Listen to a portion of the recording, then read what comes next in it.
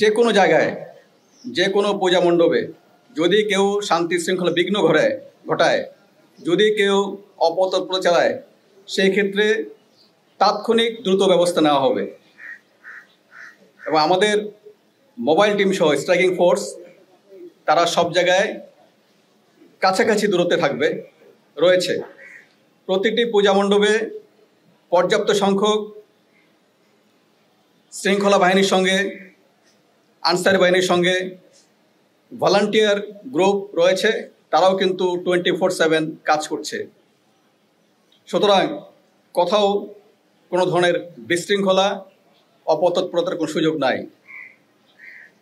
আমরা cyber monitoring জোরদার করেছি, সাইবার প্যাট্রোলিংয়ের ব্যবস্থা রেখেছি, যাতে করে কেউ ইলেকট্রনিক বা সোশ্যাল মিডিয়ার মাধ্যমে কোনো ধরনের মিথ্যা প্রচারণা, গুজব, অতিরঞ্জন কোনো কিছু ঘটাতে না পারে।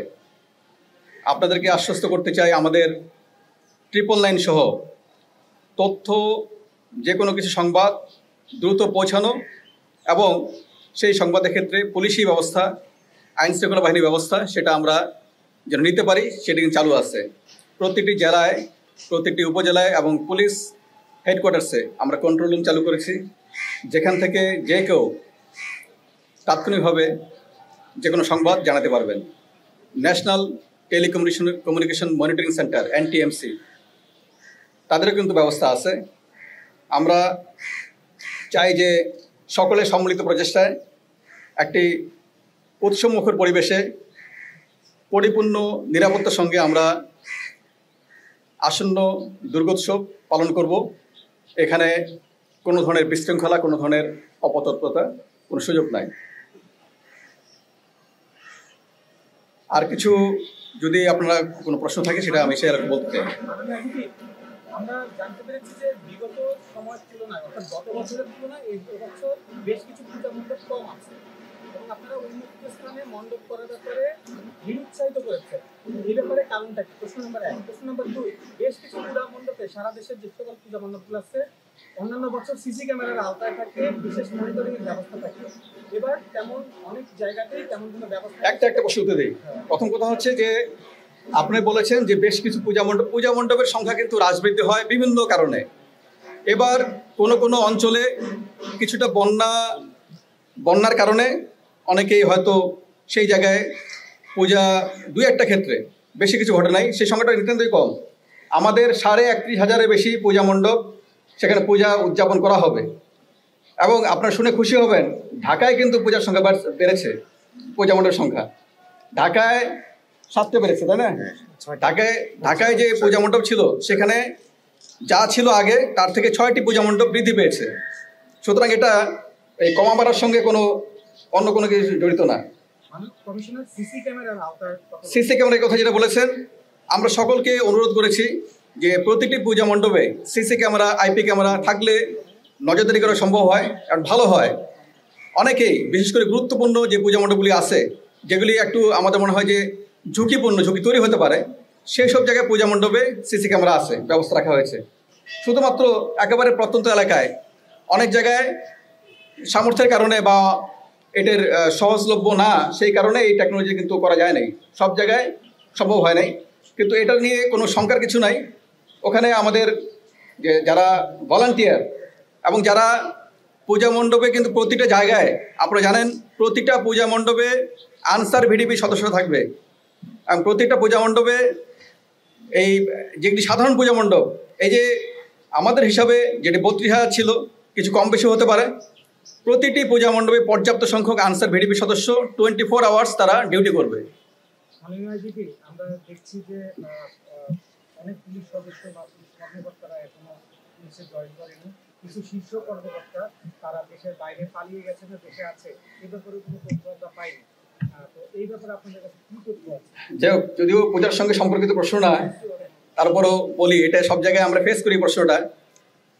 একটা বিষয় হচ্ছে, যারা বিভিন্ন মামলায় আসামি হয়েছে, এখানে আমাদের অনেক পুলিশ সদস্য আসামি হয়েছে এবং যেসব সদস্য যার সম্পৃক্ততা আমরা পেয়েছি, প্রমাণ পেয়েছি, আপনারা জানেন ইতিমধ্যে সেই সকল সদস্য অনেককে আমরা গ্রেপ্তার করেছি। এই সংখ্যাটা 17 জন 17 জন পুলিশ সদস্য, এখানে সিনিয়র কর্মকর্তারা রয়েছেন, মাঠ পর্যায়ে কর্মকর্তা রয়েছেন, তাদেরকে গ্রেপ্তার করেছি।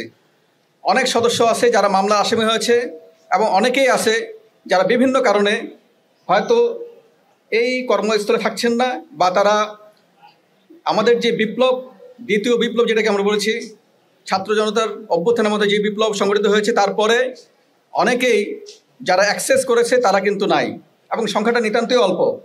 আপনারা জানেন, যেটি আমরা একেবারে ইউনিট ওয়াইজ হিসাব করে দেখেছি, এইটি সংখ্যা হচ্ছে মাত্র 187 জন। 2,14,000-15,000 সংখ্যক বাহিনীর সদস্য, মানে একটা বাহিনী, সেখানে 187 জন যে কোনো সময়ে যারা বিভিন্ন কারণে গরহাজি হতে পারে, নাম্বার 1। নাম্বার 2 হচ্ছে যারা গরহাজি সদস্য, ইতিমধ্যে তাদেরকে তাদের যে ডিপার্টমেন্টের অ্যাকশন সেটা কিন্তু শুরু হয়েছে, তাদেরকে কৈফিয়ত তলব করা হয়েছে, তারা কেন গরহাজির, তাদেরকে হাজিরের জন্য নোটিশ করা হয়েছে, এবং তারা যদি না আসে আমাদের ব্যবস্থা ক্লিয়ার, তাদেরকে চাকরিতে রাখার কোনো সুযোগ নাই। মাননীয় আইজিপি, একটা প্রশ্ন হলো যে সম্প্রতি গণঅভ্যুত্থানের পর আমরা দেখতে পেয়েছি যে বিভিন্ন কারাগার থেকে অনেক জঙ্গি এর মধ্যে বের হয়ে গেছে, এর মধ্যে শীর্ষ সন্ত্রাসীও যেমন আছে, জঙ্গিরাও রয়েছে, এবং পাশাপাশি আরেকটা বিষয় বলি, বেশ কিছু অস্ত্র এখন উদ্ধার হয়নি। আরও যেটা ভয়ঙ্কর তথ্য হলো যে এখন কিছু সংগঠন উন্মুক্তভাবে ধর্মীয় মিছিল করছে, যেখানে অনেকে সোশ্যাল মিডিয়াতে বলছেন যে এটা আইএসের পতাকা নিয়ে অনেকে মিছিল করছে। তো সেই জায়গাটায় বাংলাদেশে যখন ধর্মীয় এত বড় একটা উৎসব পালন হচ্ছে, এই জায়গাটায় কোনো থ্রেট আছে কিনা, আপনি কি মনে করেন? একটা হচ্ছে যারা স্বাধীনভাবে বিভিন্ন দেশীয় এবং আন্তর্জাতিক ইস্যু নিয়ে যারা তাদের মতামত তুলে ধরতে চায়, যেমন ইসরায়েলের বিরুদ্ধে আপনারা জানেন যে ফিলিস্তিনের উপর ইসরায়েলি আগ্রাসন, সেই প্রেক্ষিতে অনেকেই মিছিল মিটিং করছে, সেটি একটি পক্ষ আছে। স্বাধীনভাবে আমরা যেটা দেখি সেটি হচ্ছে প্রত্যেকের তার যে নাগরিক স্বাধীনতা, সংগঠন করার স্বাধীনতা, যে কোনো অ্যাসেম্বলি হওয়ার স্বাধীনতা, সেগুলি আমরা দেখতে চাই, সেগুলি আমরা যেন এই বাংলাদেশে সে তার এটি স্বাধীনভাবে প্রয়োগ করতে পারে।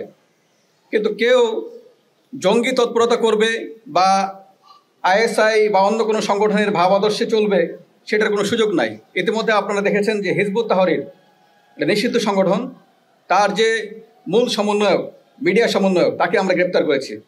আমরা তথাকথিত পতাকা নিয়ে যারা হঠাৎ করে ঝটিকা মিছিল করেছে, সেই ধরনের 3 জনকে আমরা অ্যারেস্ট করেছি গত 2 দিন আগে। সুতরাং এই ধরনের কোনো সুযোগ নাই যে জঙ্গি তৎপরতা করবে। যারা নিষিদ্ধ সংগঠন, তাদেরকে আমাদের যে তৎপরতা সেটা কিন্তু অব্যাহত আছে। জামিন, এদের মধ্যে আমরা হিসাব করে দেখেছি যে যেসব জঙ্গির কথা বলা হচ্ছে এবং যারা জামিনের কথা বলা হচ্ছে, জঙ্গি এবং সন্ত্রাসী, এই জঙ্গি এবং সন্ত্রাসীদের জামিন কার্যক্রমটা অনেক আগের, বিগত সরকারের সময়ের। তারা কোনো কারণে তখন বের হতে পারে নাই, বের হয় নাই। আর যারা বের হয়েছে তাদের কিন্তু তাদের উপর আমাদের নজরদারি সেটি কিন্তু অব্যাহত আছে।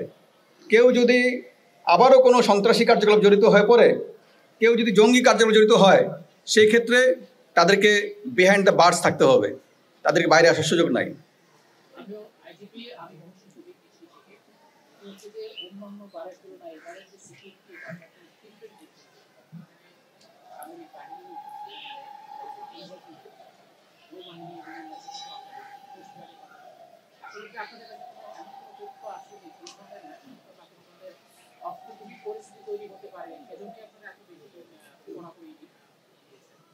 না, এটা আসলে আমরা সকল সময় ঝুঁকিটা পর্যালোচনা করি, এবং ঝুঁকির ক্ষেত্রে আমরা দেখেছি যে সেই ধরনের কোনো শঙ্কা, নিরাপত্তা শঙ্কা, এটা আমাদের কাছে কোনো ডেফিনিট কোনো কিছু নাই।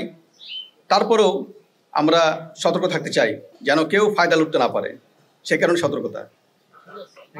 আমার একটা শেষ প্রশ্ন আছে, সেটা হলো যে মাননীয় আইজিপি, সম্প্রতি পুলিশ বাহিনীর 2টা ঘটনার কথা যদি উল্লেখ করি, যে ডিএমপির মধ্যে অডিট ভবনের সামনে পুলিশ সদস্যরা যে একদিকে ভূমিকায় যেতে ছিল, সেখানে পুলিশ সদস্যদেরকে ওইভাবে পাওয়া যায় না। তার পরবর্তীতে মাননীয় প্রধান উপদেষ্টার বাসভবনের সামনেও শিক্ষার্থীদের সাথে একটা ধাওয়া পাল্টানোর ঘটনা ঘটে, সেখানে উপস্থিতিটা অনেকটা নমনীয় ছিল বলেই তারা সেখানে অবস্থান নিতে পেরেছে। তো এই অবস্থায়, বাহিনীর এই অবস্থায় আসলে পুলিশ সদস্যরা সারা দেশের পূজা মণ্ডপগুলোতে কতটুকু নিরাপত্তা দিতে সক্ষম বলে আপনি মনে করেন?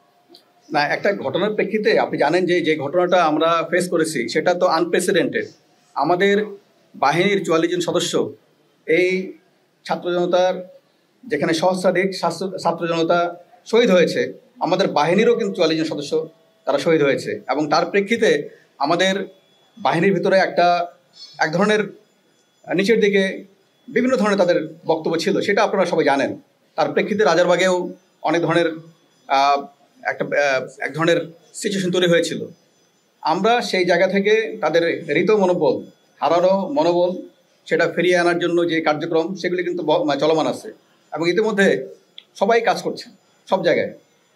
তার এই মনোবল ফিরিয়ে আনার বড় কাজ হচ্ছে পুরনো যারা কোনো একটা জায়গায় দীর্ঘদিন কাজ করেছে, নানা কারণে তারা ওই জায়গায় একটু কাজ করার ক্ষেত্রে কিছু বাধা বিপত্তি তৈরি হয়েছে, তাদেরকে অন্য জায়গায় সরিয়ে নতুন জনবল আমরা ওখানে দিয়েছি, এই কাজগুলি করেছি। ধন্যবাদ।